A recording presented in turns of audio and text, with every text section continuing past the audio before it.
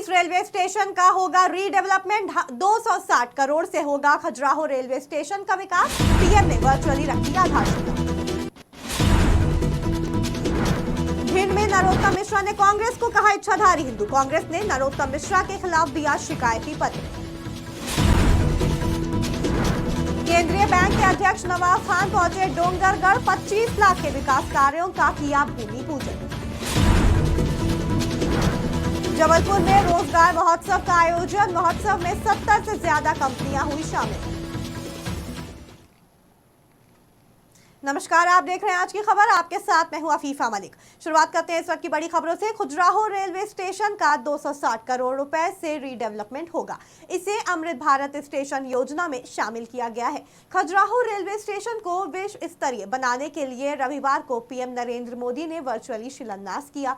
Khajuraho station पर सांसद और भाजपा प्रदेश अध्यक्ष विष्णु दत्त शर्मा मौजूद रहे। पीएम ने रेल मंत्री अश्विनी वैष्णव की मौजूदगी में रिमोट के जरिए वर्चुअल आधारशिला रखी। मध्य प्रदेश में विधानसभा चुनाव के लिए लगभग 100 दिन का ही समय अब बचा है। ऐसे में सब छोटी से बड़ी पार्टियां पूरे दमखम के साथ चुनाव की तैयारियों में जुट चुकी हैं। सियासी दौर के चलते बयानबाजी का सिलसिला भी आम हो गया है।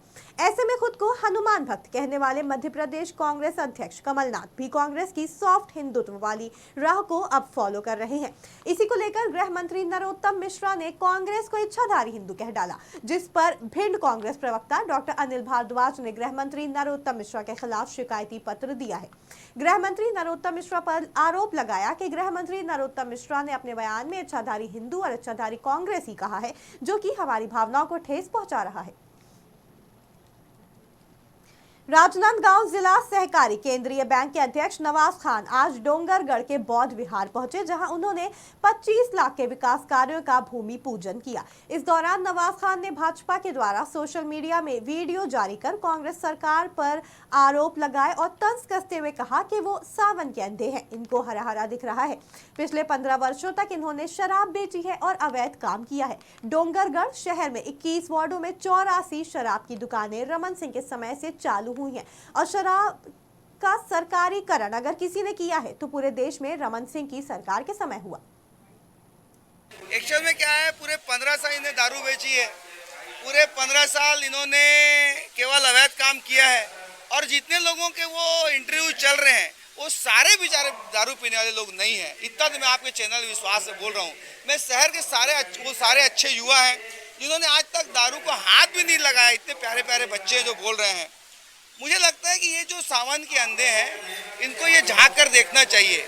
ये 21 वार्ड में 84 दारू की दुकान डॉक्टर रमन सिंह जी के समय से चालू हुई है और शराब का सरकारीकरण अगर किसी ने किया छत्तीसगढ़ में तो डॉक्टर रमन सिंह की सरकार ने किया। पूरे देश में एकमात्र पहली सरकार थी जिसने शराब का सरकारीकरण किया।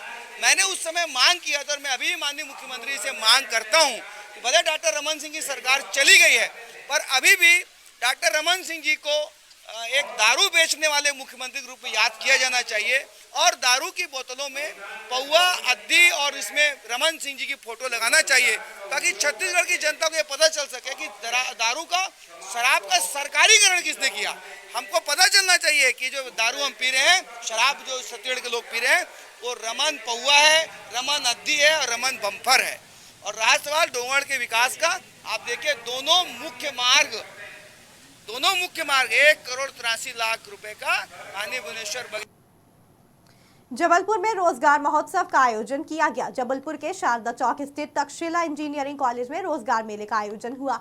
रोजगार महोत्सव को भाजपा पूर्व युवा मोर्चा प्रदेश अध्यक्ष अभिलाष पांडे के नेतृत्व में किया गया, जहां लगभग 70 से ज्यादा कंपनियों ने सहभागिता ली और बड़ी संख्या में युवा शामिल भी हुए। कार्यक्रम में पहुंचे राज्यसभा सदस्य सुमित्रा बाल्मीकि और नगर निगम कमिश्नर ने सभी युवाओं का उत्साहवर्धन किया। आज जबलपुर संस्कारधानी में रोजगार महोत्सव 2023 आयोजित किया जा रहा है। इस पूरे अभियान को लेकर हम लगभग 1 महीने से इसकी तैयारी कर रहे थे।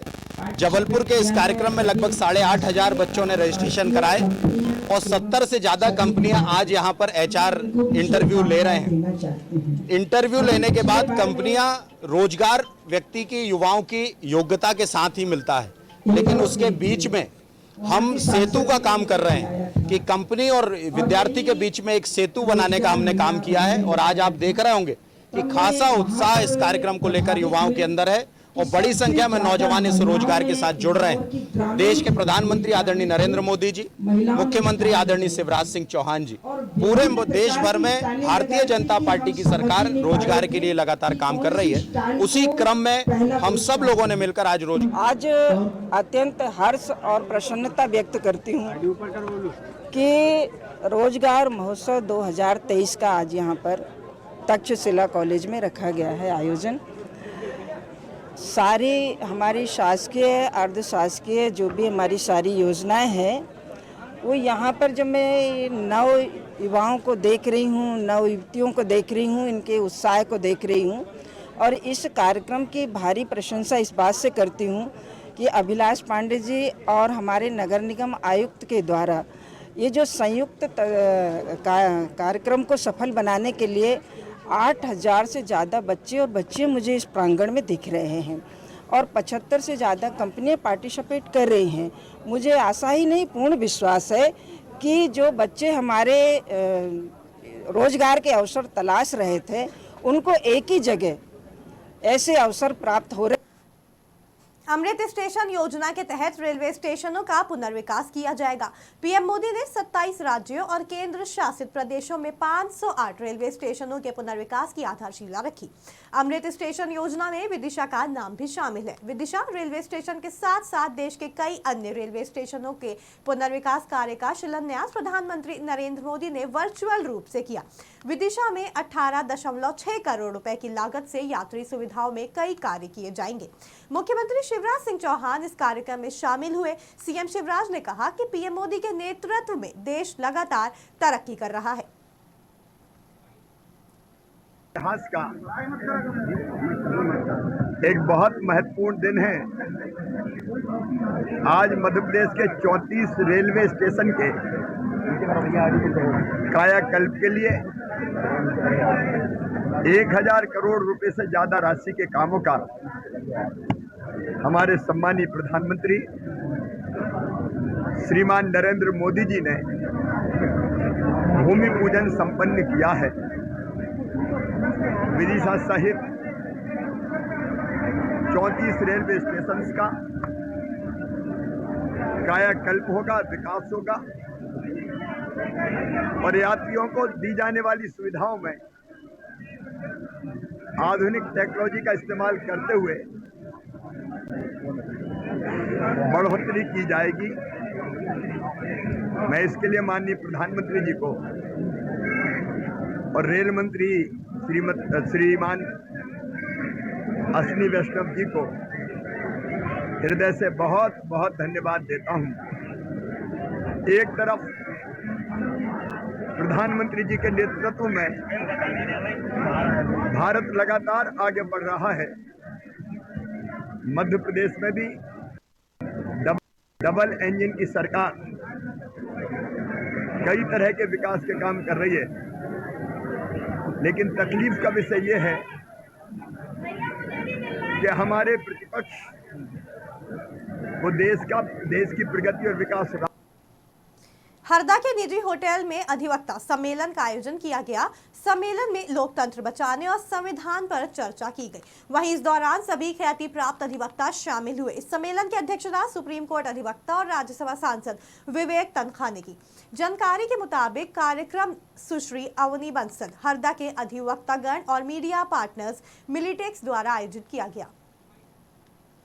तो हरदा की एक अपनी प्रतिष्ठा है, अपना एक पहचान है और आज उस पहचान को देख के मुझे बहुत खुशी हुई। अवनी जी के कहने से मैं आया था और अवनी जी एक बहुत ही इलस्ट्रियस लड़की है। हरीश साल्वे जी की खाली जूनियर नहीं थी, ऑक्सफोर्ड हार्वर्ड में नहीं पढ़ी है, बट भारत यात्री भी है। इन्होंने कन्याकुमारी से कश्मीर तक पैदल चली है। तो मैं इसलिए ये सब बातों को सुन के देख के मैं आज आया हूँ। उन्होंने ऑपोजिशन ने वर्कआउट किया था, क्योंकि मैं खुद राज्यसभा का सदस्य हूँ। हम लोग इसमें पार्टिसिपेट नहीं कर रहे थे, क्योंकि हम लोग का कहना था कि 267 में एडजर्नमेंट मोशन लाइए और मणिपुर का डिस्कशन करिए और उसके पहले प्रधानमंत्री जी को स्वयं आके स्टेटमेंट देना चाहिए, क्योंकि जब भी पास में इस प्रकार की बातें होती थी तो मनमोहन सिंह जी आके स्टेटमेंट देते थे। छतरपुर के ग्राम पंचायत उजरा में प्रशासन की पोल खोलने वाला मामला सामने आया, जहां एक और मध्य प्रदेश में सरकार विकास का दावा कर रही है कि गांव कहीं कुछ बिछड़ा हुआ नहीं है, तो वहीं ग्राम पंचायत उजरा में ग्रामीणों की बेहद बुरी स्थिति दिखाई दे रही है, जहां एक व्यक्ति का अंतिम संस्कार करने के लिए जगह ही नहीं मिली और परिजनों ने शमशान घाट न होने के कारण उसको खुद की जमीन के खेतों पर जलाया और बरसात के मौसम में ग्रामीणों को काफी मशक्कत भी करनी पड़ी हुआ है। और यहाँ पे ऐसी स्थिति है तो और पिछड़े हुए क्षेत्रों में क्या स्थिति होगी। हम तो यही कहेंगे प्रशासन की है, हमारी पंचायत की हो सकती। छत्तीसगढ़ में शासकीय उचित मूल्य दुकान संचालक विक्रेता कल्याण संघ 1 से 5 तक तालाबंदी अभियान चलाया गया, जिसके बाद 6 अगस्त को अनिश्चितकालीन हड़ताल दुकान संचालक और विक्रेताओं ने शुरू कर दी, जिसमें सभी शासकीय उचित मूल्य की दुकान अनिश्चितकाल के लिए बंद हो गए। इस दौरान राशन कार्ड धारकों को चावल भी नहीं मिल पाया, गरीबों को सरकारी राशन नहीं मिल सका, जिससे उनको भारी परेशानी का सामना करना पड़ा। प्रदर्शनकारियों ने बताया कि विक्रेताओं की मांग के अनुरूप कमीशन वृद्धि, मानदेय व्यवस्था लागू करना, खाद्यान्न कटौती बंद करने के साथ ही वेबसाइट लागू करने, खाद्यान्न में 3% सुखद भंडारण की छात्रपूर्ति और कमीशन की राशि सीधे विक्रेता संचालक के खाते में प्रदान करने और उचित मूल्य की दुकानों के लिए सरकारी भवन आवंटित करने जैसी लंबित मांगों को लेकर विक्रेता कल्याण संघ ने मांग रखी। दुकानों में लगी ताला कोन्होल नहीं मिली निवाला, क्योंकि छत्तीसगढ़ सरकार की जन प्रणाली व्यवस्था के तहत ही छत्तीसगढ़ के गरीब जनताओं की पेट में अनाज डालने का जो काम है ये पीडीएस दुकानदार करते हैं। जब दुकानों में ताला लग जाए तो गरीबों को भी चावल मिलना मुश्किल हो जाए। तो ये बीच में हम कह सकते हैं कि दुकानों में जब लगी ताला तो गरीबों को नहीं कहाँ से मिलेगा निवाला। तो इसके मद्देनज़र रखते हुए शासन प्रशासन को हमने कई बार आंदोलन के माध्यम से हम अपनी मांगों को रखना चाहा, लेकिन ऐसा कोई विभाग नहीं होगा जो 20 वर्षों से पीडीएस सिस्टम में जो काम करने वाले जो हमारे राशन विक्रेता है, संचालक है, उनको 20 वर्षों से लगातार चला जा रहा है। 20 वर्षों में 20 पैसा की भी वृद्धि नहीं किया गया है। ये सबसे बड़ी विडंबना है। जब आज देखिए महंगाई दर जो है इतनी बढ़ चुकी है। शहडोल में चंदन की लकड़ियों की चोरी पर पुलिस ने बड़ा खुलासा किया। लगातार हो रही चंदन के पेड़ों की चोरियों के आरोपियों की तलाश के निर्देश जारी किए गए थे। वहीं गुप्त सूचना के आधार पर पुलिस ने चंदन की तस्करी कर रहे 3 आरोपियों को गिरफ्तार किया और 60 से ज्यादा किलो चंदन की लकड़ी और वाहन को जब्त किया। शहडोल जिले के पुलिस अधीक्षक ऐसे गैंग को पकड़ा है जिनको कि चंदन लकड़ी के तस्कर कहा जा सकता है। तो चंदन लकड़ी के तस्कर जो है उनको पकड़ा और उनसे जो चंदन की लकड़ी के गुल्ले या गुटके मिले हैं वो बेशकीमती हैं और ये पुलिस अधीक्षक के नेतृत्व में हुआ है। और ये इमारती लकड़ी है जिसमें फॉरेस्ट एक्ट की धाराएं भी लगी हैं, जिसकी मार्केट वैल्यू लगभग 12 से 15 लाख है और ये 65 से 70 केजी में है। अभी विवेचना जारी है, आगे भी इसमें। विदिशा में अमृत भारत योजना के तहत विदिशा रेलवे स्टेशन का पुनर्विकास शुरू हो चुका है। बता दें, स्टेशन के पुनर्विकास के लिए करोड़ों का कार्य होना है, जिनका शिलान्यास प्रधानमंत्री नरेंद्र मोदी वर्चुअली करेंगे। साथ ही प्रदेश के मुख्यमंत्री शिवराज सिंह चौहान अतिथि रूप में मौजूद रहे। बता दें, रेलवे के अधिकारियों सहित कलेक्टर और एसपी ने भी रेलवे स्टेशन परिसर का भ्रमण कर व्यवस्थाओं का जायजा लिया। मध्य प्रदेश और छत्तीसगढ़ की खबरों में फिलहाल इतना ही। जुड़े रहें आज की खबर के साथ ताजा तरीन खबरों के लिए।